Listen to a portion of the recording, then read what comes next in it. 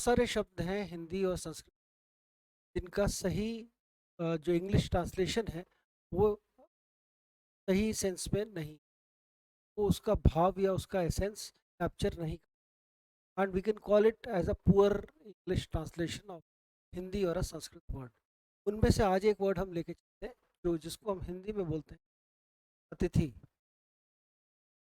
अतिथि वर्ड जो है ये दो शब्दों को जोड़ के बना है, तो हम बोलते हैं आ प्लस तिथि।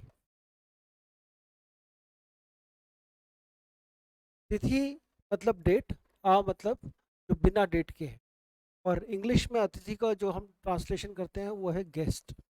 अब हम समझेंगे एक एक मतलब। तो अतिथि का मतलब जो है, अतिथि बेसिकली कहता है कि जो बिना तिथि के आए, मतलब जो अनइनवाइटेड अनइनवाइटेड और बिना किसी पर्पस के आपके पास आता है उसको हम अतिथि बोलते हैं। और अतिथि हम हिंदी में हम बोलते हैं कितना अतिथि देवो भव, मतलब हम उसको जो बिना अनइनवाइटेड हमारे साथ पास आता है, हमारे घर आता है, उसको हम देव की तरह ट्रीट करते हैं। वो भगवान का स्वरूप है। और इंग्लिश में जो इसका ट्रांसलेशन है वो है गेस्ट।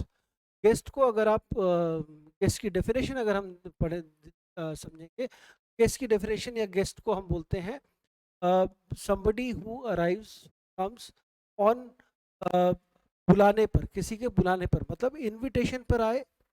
कोई आदमी इनविटेशन पे आता है और इनविटेशन के साथ साथ वो किसी पर्पस के लिए आता है।